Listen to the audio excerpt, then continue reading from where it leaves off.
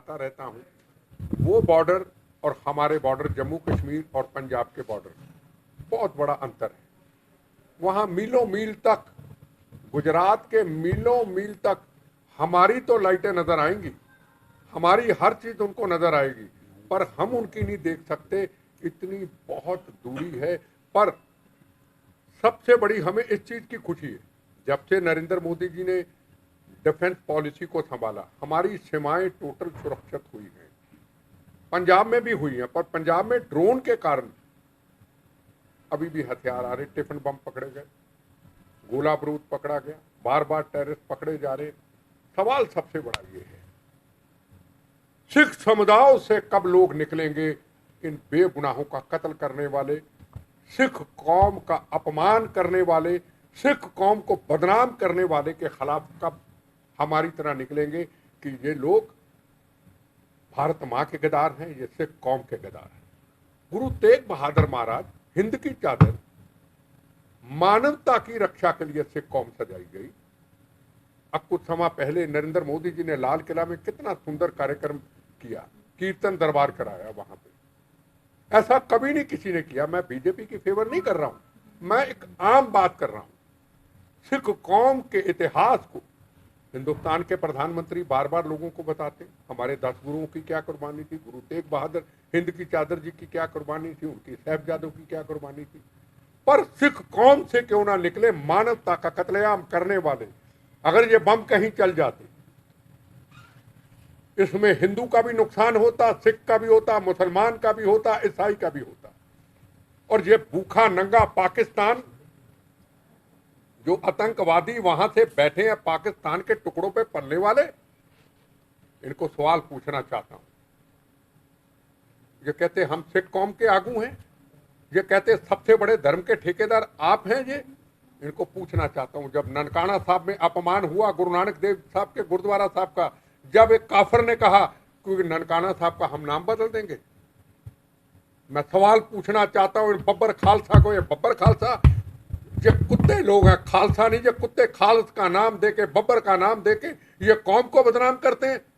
अरे बब्बर खालसा वालों, झूठे मक्कार लोगों, आतंकवादियों, बेगुनाहों के कातलों, सिख कौम की मर्यादा के उल्ट चढ़ने वालों, इस सिख कौम की पगड़ी के दाग लगाने वालों। अरे महाराजा रणजीत सिंह का जब स्टैचू तोड़ा गया, वो महाराजा रणजीत सिंह जिनका काबुल कंधार तक राज था, जिनकी फौजों के जर्नैल थे सरदार हरि सिंह नलुआ थी, और काबुल कंधार की माएँ अपने बच्चों को उस वक्त कहा करती थी, बच्चे सो जा, नलुआ आ गया। वो हमारा हिंदुस्तान का राज, वो हमारा काबुल कंधार तक राज आज रह गया। पंजाब इतना सा, हरियाणा भी निकल गया, गंगानगर राजस्थान भी निकल गया, इतना सा रह गया। उसका जब स्टैचू तोड़ा, उसमें बब्बर खालसा वालों कहाँ थे आप? जब ननकाना साहब के ग्रंथी साहब की बेटी को अगवा किया गया, और उस वक्त बब्बर खालसा वालों, खालस को बदनाम करने वाले, बब्बर को बदनाम करने वाले, उस वक्त आप कहां थे? जब हमारे हिंदू धर्म की बहू बेटियों का अपमान हो रहा है, वह अभी भी वहां पे, उनके मंदिरों को तोड़ा जा रहा है। सिख कौम सजाई गई मजलूमों की रक्षा के लिए, कश्मीरी पंडितों की रक्षा के लिए। गुरु तेग बहादुर महाराज हिंद की चादर अपना शीश निछावर कर दिया। गुरु अर्जन देव जी महाराज तत्ती लोहों पे आजकल के दिनों में उन्होंने अपने जीवन को मानवता के लिए, कश्मीरी पंडितों के लिए, धर्म के लिए, पूरे राष्ट्र के लिए, पंजाब के लिए कुर्बान कर दिया। कहां थे वो बब्बर खालसा वालों? दाढ़ी रख के, पगड़ी पहन के सिख कौम को बदनाम करते हो। आप सिख कौम के गद्दार हो, आप इस मातृभूमि के गद्दार हो। जब काबुल के अंदर एक गुरु महाराज का गुरुद्वारा साहब, ऐतिहासिक गुरु नानक देव जी वहां के चरण हुए, गुरु ग्रंथ साहब विराजमान, और वहां पे 25-30 के करीब लोग गुरुद्वारा साहब में बैठे, गुरु ग्रंथ साहब के सामने माएँ, बेटियां, पिता, उनके पिता आतंकवादी आए, गोलियों का निशाना बना दिया। माँ के सामने बेटी, बाप के सामने उसके बच्चे, उनको गोलियों का निशाना बना दिया, बहनों के सुहाग उजाड़ दिए। अरे जालमों, उस वक्त कहां थे? उस वक्त आपकी बब्बर खालसा वालों, आपकी अणख कहां चली गई? कहां चली गई आपकी अणख? हिंदुस्तान में आपको कुछ कहता है नहीं, फांसी से, फंदे से बच जाते हो और यहां बढ़के मारते हो।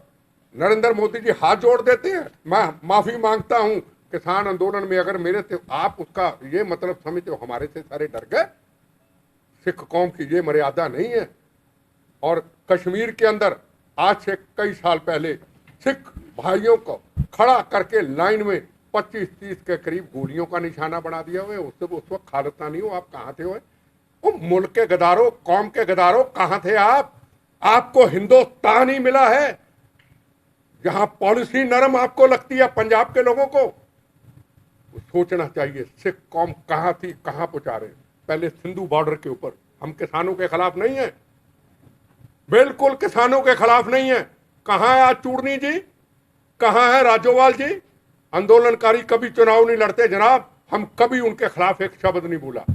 चुनाव नहीं लड़ते, चले गए चुनाव लड़ने, जमानतें जब्त करा बैठे। आंदोलन कहां गया इनका? और वहां खालिस्तान के सिंधु बॉर्डर पे नारे लगते रहे। हरियाणा के मेरे किसान भाइयों, मैं आपके आगे सिर झुकाता हूं। हमने कभी ऐसे खालिस्तान के नारे किसी धरती पे पंजाब में लगने नहीं दिए। खुल के जवाब दिया, शरीर के हिस्से तोड़वाया, देखो शरीर टूटा पड़ा है शरीर। और खालिस्तान न कभी बना था, न कभी बनेगा, न कभी बनने देंगे, न कभी बनने दिया था।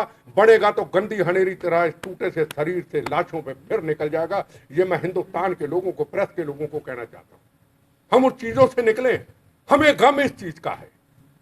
हमारी कौम से क्यों ना निकले? जहां की गुरुद्वारा प्रबंधक कमेटी हरियाणा के अंदर क्यों ना निकले जे? क्यों जिम्मेदार लोग जवाब ना दें? क्यों किसान भाई, जो किसान मेरे भाई, जिनके हर गांव में मौत का कफन बांध के जवानों ने शहादत दी, खून से लथपथ बॉडियां आई, इस हरियाणा की धरती को इन्होंने बदनाम कर दिया खालिस्तानियों ने। और तिरंगे झंडे का 26 जनवरी को अपमान कर दिया। तिरंगा एक का था, हिंदू का था, मुसलमान का था, सिख का था, ईसाई का था। हमारी गलती जहां से हुई, हमने इन पे विश्वास किया। सारे किसान बुरे नहीं, ये लोग खालिस्तानी, ये जो खालिस्तान का नारा देते हैं ना, गुरपंत सिंह पन्नू रोज देता है, कभी करनाल में डंडे का अपमान करेंगे, कभी हम पानीपत में करेंगे। अरे गुरपंत सिंह पन्नू, इतना मीडिया खड़ा है, आ मेरे सामने, गदार आदमी तू है कहां? आ मीडिया के सामने आ, कोई भी एक चैनल उससे रास्ता कर ले, यहीं पे लाइव आ जा, खालिस्तान का मतलब समझा दो। खालिस्तान का मतलब क्या? खालिस्तान का मतलब ये मैं बताता हूं आपको। इन गदारों को, इन कुत्तों को, इस कौम के बदनाम करने वाले लोग, दाग लगाने वाले लोगों को मैं बताता हूं। हरियाणा के अंदर अगर आएंगे, कुरुक्षेत्रा गुरुद्वारा साहब में, क्या पासपोर्ट के जरिए आएंगे? इनको सवाल पूछना चाहता हूं आपके मीडिया के थ्रू, क्या दिल्ली में चांदनी चौक, हिंद की चादर, गुरु तेग बहादुर महाराज, रकाबगंज साहब, बंगला साहब, मोतीबाग साहब दिल्ली के अंदर, पटना साहब जहां गुरु गोविंद सिंह महाराज साहब का जन्म दिवस हुआ, उसके बाद नदेड़ साहब, गुरु गोविंद सिंह महाराज, आखिरी स्थान अमर, उसके बाद गुजरात के अंदर, क्या वहां पे खालिस्तानियों, मैं सवाल पूछना चाहता हूं, क्या पासपोर्ट के जरिए भेजना चाहते हो? ये खालिस्तान चाहते हो आप? कोई मेरे से बहस कर ले, खालिस्तान यूट्यूब पे आ जाए, आपके चैनल के थ्रू बहस कर ले। सवाल सबसे बड़ी ये है, पुलिस हथियार पकड़ती है, पुलिस आरडीएक्स पकड़ती है, कल पकड़ा गया, फर्ज करो वो आरडीएक्स अगर चल जाता करनाल में, तो पूरा करनाल बदनाम होता, पूरा हरियाणा बदनाम होता, पूरी दुनिया के अंदर हमारे देश की बदनामी होती। हमारा जो पूरे हिंदुस्तान में दुनिया का व्यापारी आज हरियाणा के अंदर, गुड़गांव के अंदर, करनाल के अंदर, पानीपत के अंदर या कहीं भी एक व्यापार की योजना बनाता है, वो हरियाणा की धरती को सेफ समझता है। हरियाणा की धरती के अंदर डेवलपमेंट है, विकास है, तरक्की है। हरियाणा चले, आप गुड़गांव चले जाओ, आपको लगेगा कि नहीं कि हरियाणा का ऐसा लगेगा पता नहीं फॉरेन घूम रहे हैं हम, इतनी डेवलपमेंट हुई हरियाणा के अंदर। आप उस हरियाणा की धरती को आप बदनाम करने चले गए। मैं आपको कुछ पेपर दिखाना चाहता हूं, ये खोलो बेटा, पेपर खोलो। मैं पेपर दिखाना चाहता हूं कि ये आतंकवादियों के जो इरादे, उतनी देर तक, ये सुप्रीम कोर्ट का फैसला है मेरे केस के अंदर, जिसने मेरे पे ब्लास्ट किया था कि आतंकवादियों को जब दूसरों की हत्या करते हैं, किसी का बहन का सुहाग उजाड़ते हैं, किसी को, बच्चे को यतीम करते, खून की नदियां बहाते हैं, उन वक्त इनको तरस नहीं आता। अब ये लोग पकड़े जाते हैं, ये बब्बर खालसा के 4 आतंकवादी पकड़े गए ना, ला मेरी बात लिख लो, टाइम नोट कर लो, रिकॉर्डिंग ले लेना, 2 साल के बाद कहूंगा ये बंदी सिख बन जाएंगे, बंदी सिख। जैसे सरदार बेअंत सिंह के कातिल, दूसरे का पेपर, बेअंत सिंह के कातिल राजू आना को अब सारी पॉलिटिकल पार्टियां कह रही हैं कि इसको छोड़ दिया जाए। चीफ मिनिस्टर को शहीद कर दिया जिसने पंजाब को अमन शांति दिया। अब मेरे पे बम चलाने वाले देवेंद्र पाल सिंह भुल्लर दिल्ली में 40 किलो आरडीएक्स चलाया, 38 लोग शहीद हुए। आज तक केस लड़ रहा हूं, उसके लिए वकील कौन पेश होता है? वकीलों की लिस्ट देखो, ये देखो कपिल सिब्बल, एक टाइम की फीस ऐसे आतंकवादियों के लिए आएंगे जो वकील, मैं आपको बता दूं कौन पैसा देगा। फॉरेन से फंडिंग आएगी, पाकिस्तान से फंडिंग आएगी, गुरुद्वारा प्रबंधक कमेटी, जहां हिंदू, जहां मुसलमान, जहां सिख, जहां ईसाई, जहां आप नमस्तक करते हैं, वहां आपका पैसा आतंकवादियों का इनको दिया जाएगा। दूसरे आओ खड़े हो, हाँ जी, ऐसे ऐसे वकील खड़े होंगे। मुकुल रत्तोगी अभी खड़ा हुआ इस मेरे केस के अंदर, मुकुल रत्तोगी 1 घंटे का लिया 20 लाख। किसने दिया? अभी 20 लाख। सवाल है आतंकवादी पकड़े गए, आपने न्यूज चला दी, न्यूज बहुत तेजी से चल रही है, आतंकवादी पकड़े गए, पर आप उसका भी सवाल करेंगे सरकार को, पुलिस को, प्रशासन को भी। 2 साल के बाद इस आतंकवादी की पोजीशन क्या होगी? क्या खालिस्तानी लोग, क्या खालिस्तानी जत्थेबंदियां, क्या 2 साल के बाद सेंट्रल गवर्नमेंट को लिख के भेजेंगी सरकारें क्या इन आतंकवादियों को छोड़ दिया जाए? जब चीफ मिनिस्टर के कातिल को छोड़ने की बात हो रही है, जब मेरे पे बम चलाने वाले को 25 साल से केस लड़ रहा हूं, उसको फांसी से बचा के पंजाब में भेज दिया, पंजाब से पैरोल छोड़ दिया। अब कैप्टन अमरिंदर सिंह ने दिल्ली सरकार को लिख दिया इसको परमानेंट छोड़ दो, देवेंद्र पाल सिंह भुल्लर को। इस आतंकवादी को तो पकड़ लिया, आपने मेहनत की, आपने न्यूज चलाई, रात दिन गर्मी में गए, पर अगला सवाल मेरा प्रेस से है, मेरा प्रशासन से है, मेरा सरकार से है, मेरा सेंट्रल गवर्नमेंट से, मेरा एजेंसियों से है। क्या 2 साल के बाद जो कल गवर्नर को गुरुद्वारा प्रबंधक कमेटी के लोग, अकाली दल के लोग मिले कि बंदी सिखों को छोड़ दो, क्या ये भी बंदी सिखों में आ जाएंगे? देखो मेरा सवाल है, जो होना वो मैं आपको बताना चाहता हूं।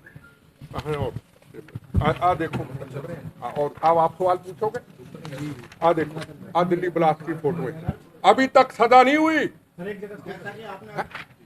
जैसा कि भी आपने कहा भी है कि सिखों के बारे में, और सिख कौम जो है वो सबसे सर्वोपरि मानी जाती है, लेकिन उसके बावजूद भी सिखों के द्वारा जो आतंकवाद बार बार फैल रहा है, जो बदनाम हो रहे हैं।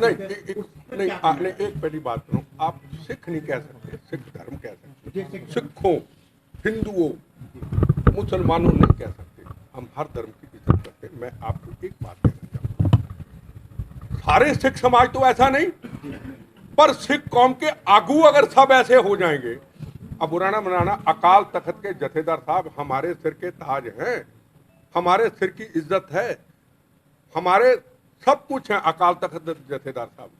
अब अकाल तख्त के जथेदार साहब और गुरुद्वारा प्रबंधक कमेटी के प्रेसिडेंट साहब और सारी पॉलिटिकल पार्टियां कहेंगी आतंकवादियों को छोड़ दो, तो मैं क्या कहूं? मेरे पास क्या जवाब है? मैं अकाल तख्त के जथेदार साहब के खिलाफ टिप्पणी नहीं कर सकता, पर मैं आपको जवाब देना चाहता हूं कि जब सिख कौम के आगू ये नहीं समझाएंगे, नई पीढ़ी को, नए युवाओं को, गुरु तेग बहादुर हिंद की चादर थी, सिख कौम मजलूमों की सजाई की, जैसे इन्होंने कहा, आपने कहा, हम समझाएंगे नहीं, फिर मैं नाम लूं, लोगों को तकलीफ होगी, यहाँ पे कई लोगों को, बाहर लोगों को। आप भिंडरा वाले की फोटो लगाओगे भाई करनाल के अंदर, और खट्टर साहब को कहोगे आओ, नहीं आए तो खिलाफ चलेंगे, सलूट करता हूं, तो चीफ मिनिस्टर को नहीं किया। सर आजकल बहुत सारे युवाओं में क्रेज बढ़ रहा है, ये खालिस्तान का, भिंडरा वाला का फोटो लगा के घूमते हैं, किस तरीके से? मेरा बिल्कुल, आपने बड़ा सही सवाल किया। गाने चला रहे देखो हैं। मेरी, मैं एक चीज आपको बताऊं, ये आप फिर भी आपके अंदर एक जमीर है, यहाँ हरियाणा की प्रेस के अंदर एक जमीर है, मैं उधर नहीं कहूंगा, उधर जमीर नहीं है, इंटरेस्ट ही नहीं रहा किसी को भी ये कौन थे। देखो मैं रहा हूँ अमृतसर, अभी भी मेरा घर वही है, सामने हवेली, सामने हरमंदिर साहब। जब पहला बम चला था ना 83 या 82 में, तो चैलेंज आया था अंदर से, भिंडरा वाला था अंदर, हमेशा तिरंगा झंडा लहराते, उम्र छोटी सी बेटा अगर तिरंगा झंडा लहराएगा तो बम्बों से उड़ा देंगे। एक पुलिस ऑफिसर आता, नाम होता तिलक राज, अभी याद है, SHO, कहना साहब रास्ता बदलो। मैं क्यों? कहते उनका थ्रेट आया कि बम चलाएंगे अगर आप तिरंगा झंडा यहाँ लहराओगे। मैं कहा मैं खालिस्तान का झंडा लहरा रहा हूँ, मैं देश के तिरंगा झंडा हिंदू मुस्लिम सिख ईसाई के बम चले या गोलियाँ चले, तिरंगा झंडा यही लहराएंगे। लहराया, सुबह 5 बजे बम फेंका, 12 बजे झंडा लहराया। मैं उस वक्त का जानता हूँ। मुझे एक चीज बता दो यार, 36,000 बेगुनाहों का यार कत्लेआम कर दिया। सोच के 1 मिनट के लिए आंखें बंद करके सोचो 36,000 कितने होते हैं। 19,000 यार हमारे हिंदू भाई शहीद कर दिए। हमारी जमीर कहां मर गई यार, हम कहां चले गए यार। आजादी से पहले, आजादी के बाद आज तक हम लड़ते लड़ते अभी हम बम्बों गोलियों से नहीं थकते, हम मौत से नहीं थकते। मौत हमारी दोस्त है। हम थक जाते हैं, हम हार जाते हैं जब देश का पॉलिटिकल सिस्टम खराब हो जाता है, जब इन आतंकवादियों के 36,000 बेगुनाहों के कातलों पे ऐसे बम चलाने वालों के लिए बड़ी बड़ी पॉलिटिकल पार्टियां खड़ी हो जाती हैं, बड़ी बड़ी पॉलिटिकल पार्टियां खड़ी हो जाती है, बड़े बड़े धर्म के ठेकेदार यार खड़े हो जाते हैं। और एक टाइम की फीस यार 20-20 लाख रुपया इन आतंकवादियों के लिए जो अभी बब्बर खालसा के पकड़े गए। अब मैं लिख लो, मैं फिर आऊंगा, जिंदा रहा फिर आऊंगा। इन कुत्तों का पता नहीं कब धोखे से मारे, हम मौत हमारी दोस्त हम आएंगे, फिर आऊंगा। आप मेरी बातों को नोट करके रखना, इसके लिए यही वकील खड़े होंगे। ये वाले आप बोलेंगे कोई और बोले, वो सरदार जी बोलेंगे मेरी तरह तो असर होगा। वो सरदार जी ना मेरी तरह बोले, विरोध करेंगे ना, मैं बोलूंगा असर होगा। आप बोलेंगे कहते आप तो फिरका प्रस्त हो भाई, आप तो हिंदू हो भाई, जबकि हिंदू सिख एक 9 मास का रिश्ता है, हिंदू सिख रोटी बेटी का रिश्ता है। जो आपके अंदर जज्बा है वो पंजाब में नहीं है। मैं आपको फिर कह दूं, जो आपके अंदर जज्बा है वो पंजाब में नहीं है। तो फिर ये कैसे ठीक होगा? आतंकवादियों को पकड़ोगे, आतंकवादियों के धर्म के ठेकेदार आएंगे, आतंकवादियों को पॉलिटिकल पार्टियों के लोग आएंगे, वोट बैंक की लेकर के छोड़ देंगे। और आप देखेंगे अहमदाबाद के अंदर 38 आतंकवादियों को 1.5 महीना पहले फांसी की सजा सेशन कोर्ट ने सुनाई। कितने बम चलाए? 3, 4, 5 फांसी की सजा। पंजाब में एक को भी फांसी की सजा नहीं।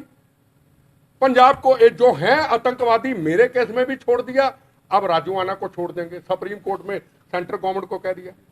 मैं कहूं आपने न्यूज चला दी, मैं कहूं पुलिस ने पकड़ लिया, मैं कहूं एजेंसियों ने अपना काम कर दिया, पर 2 साल के बाद ये आतंकवादियों को छुड़वाया जाएगा। ये पॉलिटिकल पार्टियां वोट बैंक की खातिर कहेंगी ये तो कौम के बड़े जर्नैल थे। मैं फिर कह दूं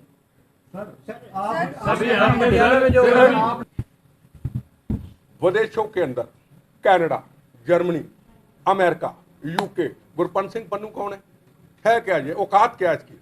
ये रोज आपको मैसेज भेजता, आप न्यूज चला देते। जिस दिन ये तो पकड़े गए गुरपंत सिंह पन्नू की, आप न्यूज चलानी बंद कर देंगे, इसको कुत्ता नहीं पूछेगा। देखो 2 बातें सर, इसके साथ एक और जोड़ दूं? हाँ बिल्कुल जोड़ो। सर, कुछ लोग हैं हिंदुओं को सरेआम चोर कह रहे हैं। करनाल पुलिस के पास 10 शिकायतें जमा हो गई है, एक भी मुकदमा दर्ज नहीं हुआ। ये क्या हो रहा है? ये आपने सर, इसके अलावा अभी कुछ दिन पहले करनाल में भी एक गाड़ी के पीछे भिंडरावाला की फोटो लगी थी, तो कुछ लोगों ने खालिस्तान मुर्दाबाद के नारे लगाए और साथ ही साथ गाड़ी की तोड़फाड़ भी की है। अच्छा, आम लोग थे ना। जी। देखो 2 बातें, बड़ा अच्छा सवाल किया। मैं करनाल में निकलता कुछ समय पहले किसी ढाबे पे था, रात का टाइम था। मेरे साथ कोई सेंटर से बहुत जिम्मेदार लोग थे, वो बैठे हुए खाना खा रहे थे। कुछ मेरे लोग शायद मेरे सरदार भाई शायद करनाल के होंगे, गांव के कहीं के होंगे, दारू पी हुई थी। मेरे जवान भी थे। मुझे थोड़ा शक पड़ा कि उन्होंने गलत कमेंट्स किए, बुरे कमेंट्स किए।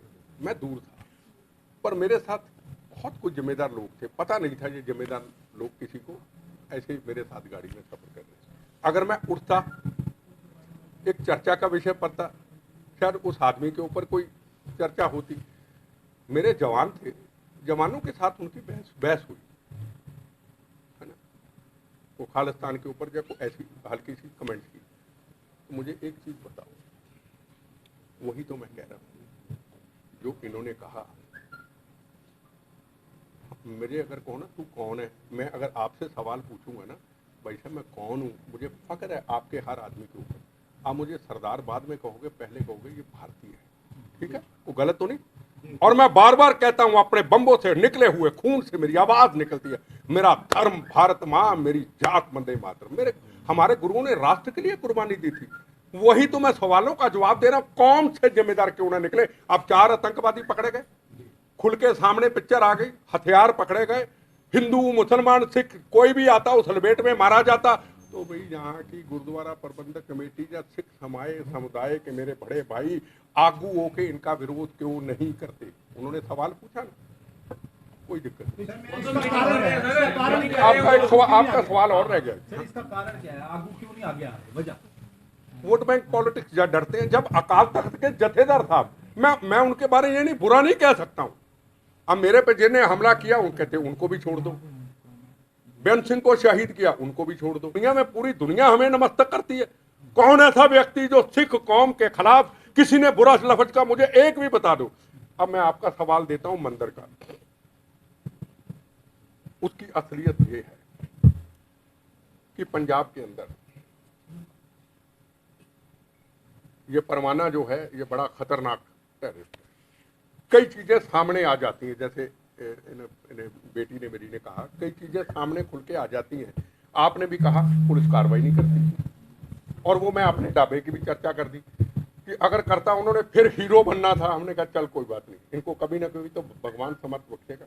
हमारे में समस्या आ गई, अगर सिद्धू बॉर्डर पे लाल किला में तिरंगा झंडा लहराने जाता, उसका अपमान करने जाते हैं, तो पूरे हिंदुस्तान से पता क्या आवाज आती है? 2-4 मेरे सिख दोस्त भाई, 2-4-5 हमेशा मेरे हृदय में रहेंगे। आवाज, अरे फिर क्या हुआ? फटे चकते सरदारा ने, फटे चकते सरदार भाइयों ने लाल किला में तिरंगे झंडे का अपमान कर दिया। अरे लाल किला में तो हिंदू मुसलमान सिख के साई की बॉडी लिपटी आती है राष्ट्र के लिए। एक गुरतेज सिंह बठिंडा का, जिसने 25 सैनिकों के कृपाण के साथ बोले सोने हाल सत श्री अकाल बोल के टुकड़े टुकड़े कर डाले, वो भी तो तिरंगे झंडे में लिपटा आया था। हमें तो तिरंगे झंडे की समझ ही नहीं रही कि तिरंगे झंडे की अहमियत क्या। हजारों ट्रैक्टर यहां से चले गए। तो 2 चीजें हैं पंजाब के अंदर, बयान कोई देना है कुछ सोच के दे, कुछ और भी के कहानियां हैं।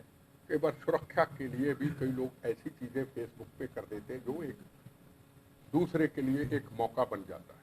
पंजाब एक सेंसिटिव है।